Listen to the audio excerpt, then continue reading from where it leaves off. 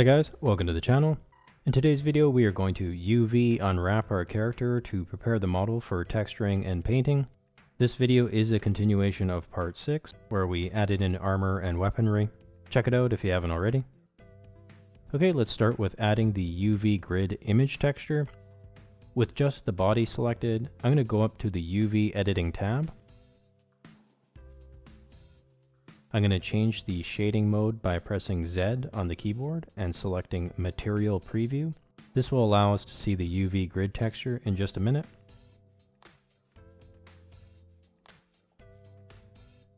Now I'm going to go up to the Texture Image panel here and click on New.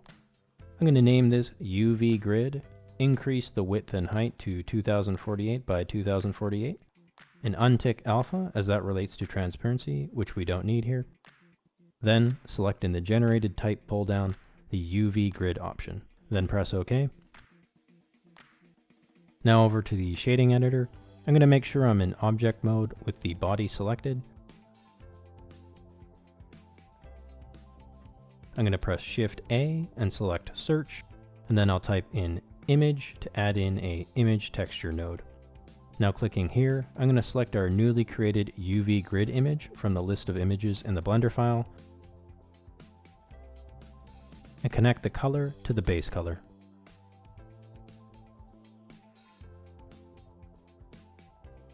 Back to the UV editing tab, I'm going to tab into edit mode so we can start marking seams. These will allow us to unwrap our model. Pressing U on the keyboard to pull up the UV unwrap menu, I'm going to first select Live Unwrap. Live Unwrap is an option that automatically updates your UV maps whenever you place a new seam. This is very handy when testing out how your UVs look, rather than doing it manually each time. You'll see why this is handy in a second. When placing seams, general rules are to have them follow seams that you may find on clothing, and to keep them where they won't easily be seen. Here I start with one around the neck, like you might find on a t-shirt to block off the head. Select the edge, and then press Ctrl E to bring up the edge menu, and select Mark Seam. The edge should turn red, denoting it is now a UV seam. Now you can work your way around the body, placing seams where you might find seams or edges on clothing, trying to make use of edge loops in the topology as well.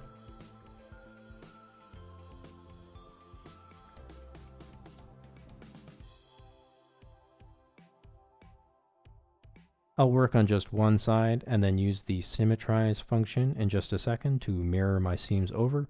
Here I make use of the nice edge loop we maintained in our retopology of the hand, then link it up to a loop on the wrist to block off the hand. To remove seams, you can press Ctrl E and select Clear Seam. I try not to have seams overlap each other. Okay, with a few primary seams placed, I'm going to press U again to pull up the same menu, and then select Unwrap at the top. So now you should see on the left the body is now basically flattened out like a piece of paper, or unwrapped. Pressing Z on the keyboard and selecting Material Preview again, you will see now the UV grid pattern appear on the model.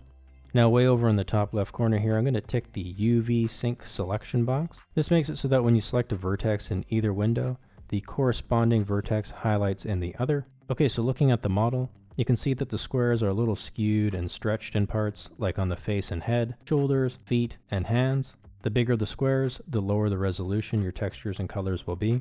So to fix this, we're going to place more seams. You'll notice as you place a seam with Live Unwrap on, the squares will shift around automatically. You hope as you place seams that the squares will become more uniform and align better with each other. Some experimentation is usually required here. Here I'm going to create a seam around the arm, like you might see on a shirt or jacket. Around the waist and ankles, like pants.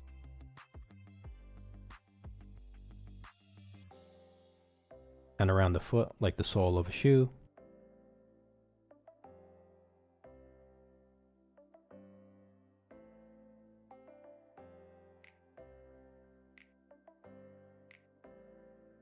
Okay, with some more seams placed on the left side of the body, I'm going to press F3 and type Symmetrize to mirror my seams over. Make sure you check the direction box here, depending on how your model is oriented. For me, the default was -X to +X, which mirrored over the side with no seams on it, which isn't what I wanted. The end goal should be to get the squares as uniform as you can, as any stretching will show through when you go to paint or texture.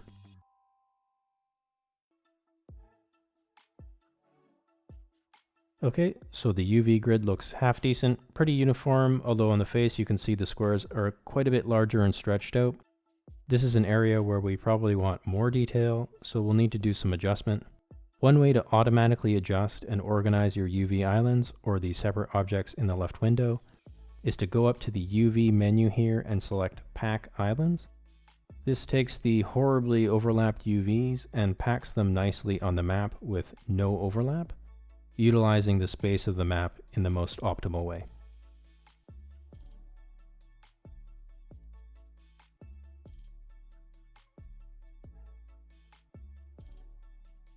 I hope this isn't too confusing, but I ended up splitting the torso and lower body into 3 parts: the upper body, pants, and boots. I did this so my seams weren't running all over the place like before.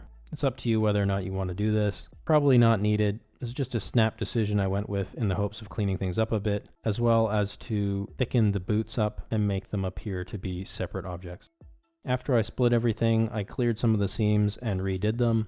Generally, good places for the head are from behind the ears towards the shoulder, around the ears and face, and down the middle of the back of the head and chin, leaving the face clear of any seams.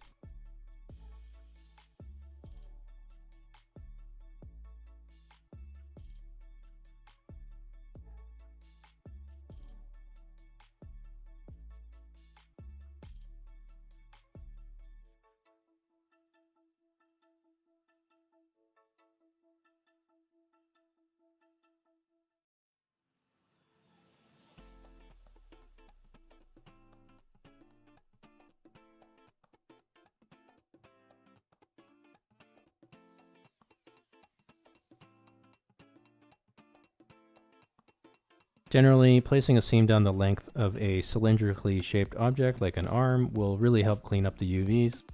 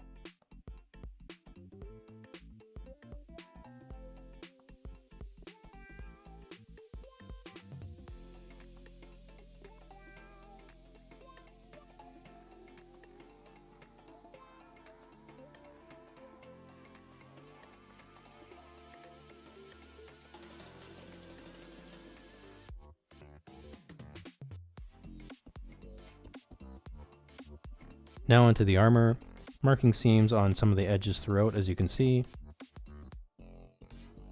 You can also use the automatic UV unwrap tool in Blender. Just press U and select UV Smart Project and it will do it for you.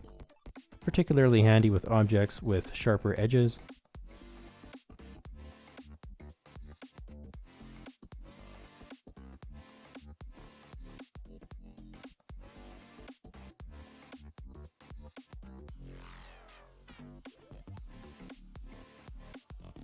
Here I'm scaling these objects down in the left viewport as I don't need them to have such high resolution.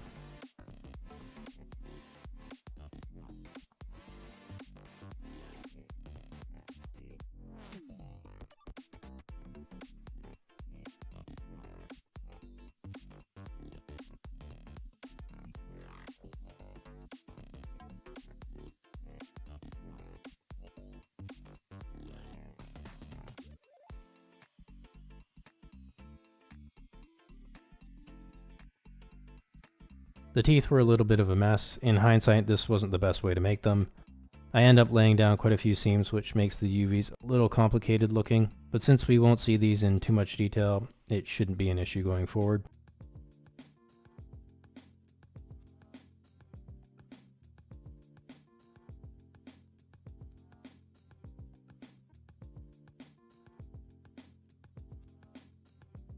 For the cornea, I think I might just keep things simple and remove it from the model. For the eyeball, placing seams around the iris and then at the halfway point.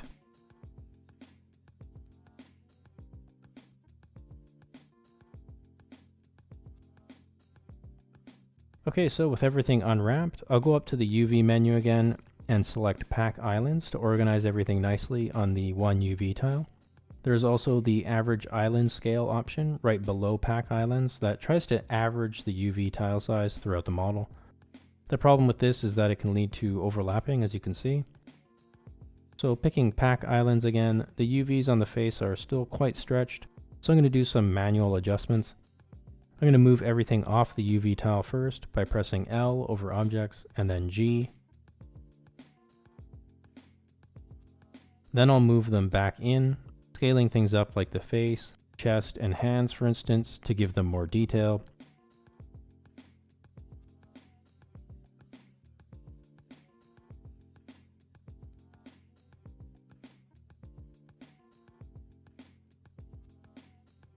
And scaling things down, like the pants and shoes, where I don't necessarily want a lot of detail.